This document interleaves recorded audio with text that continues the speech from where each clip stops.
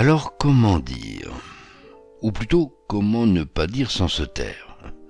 Se taire sur l'essentiel, je veux dire. Bon, enfin, je vais tenter d'être plus clair. En fait, à la suite d'un pari que je pensais gagner d'avance et que malheureusement j'ai perdu, je me trouve dans l'obligation de vous parler de ma femme. Alors je dois dire que c'est un piège. Un piège de la part de mes amis qui la connaissent bien, ma femme, et qui, jouissant d'avance de me contraindre à cet exercice qu'eux-mêmes jugent à risque, n'ont pas hésité à gagner afin qu'ici je m'exécute à vous parler de ma femme. Je dois vous dire également que c'est moi qui ai choisi la mise, ma femme. Confiant, je me disais que même si je perdais, il n'y aurait pas grand-chose à dire sur elle, d'elle, et que si je gagnais, je pourrais continuer à l'appeler mon amour. Mais je dois avouer que devant l'obstacle au pied du mur, à ses pieds, à ma femme, au mur de parpaing mal nivelé qui pourrait la représenter, eh bien je mesure le drame. Alors j'entends déjà les féministes s'élever, toutes lances brandies à l'assaut du monstre qui s'exprime là devant vous, ou ces autres qui zappent rapidement ce connard qui se permet d'user d'un vocabulaire absolument inconvenant à l'endroit de sa certainement charmante épouse. Tout cela ne la connaissent pas, ou en tout cas ne la connaissent pas comme je la connais. Vous me direz, tu l'as bien épousée, c'est vrai, c'est vrai.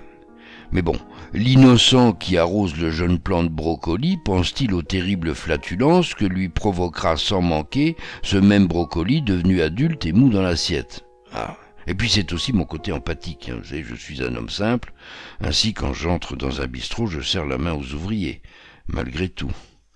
Non, je vous assure, je n'imaginais pas l'exercice aussi complexe tout en conservant un vocabulaire audible, compréhensible par tous, ou presque, car je n'inclus pas là les ouvriers cités plus haut, et qui eux se contenteraient sûrement de quelques bourrades salaces plus usuelles dans les logis mal éclairés et bruyants de marmots en couches qui sont les leurs.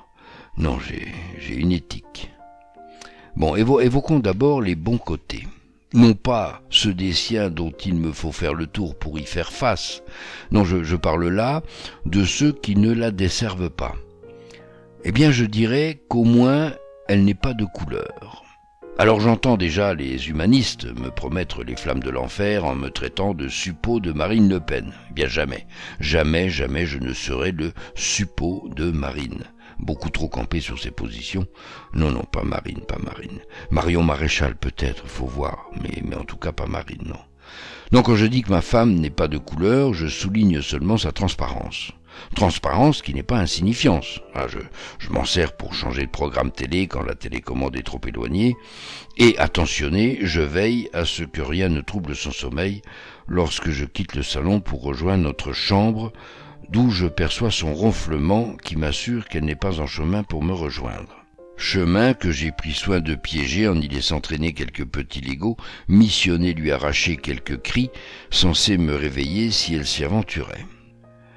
Mais en y réfléchissant, je me dis que j'aurais peut-être dû commencer par les mauvais côtés. Et quand j'y pense, ils sont tellement inhérents et communs à la condition féminine que j'ai du mal à en distinguer plus précisément. Alors c'est bizarre, mais en fin de compte, je m'aperçois m'être seulement attaché à ce que j'ai nommé ses bons côtés. C'est drôle. Mais peut-être est-ce cela l'amour aveugle, ne voir en l'autre que ses bons côtés.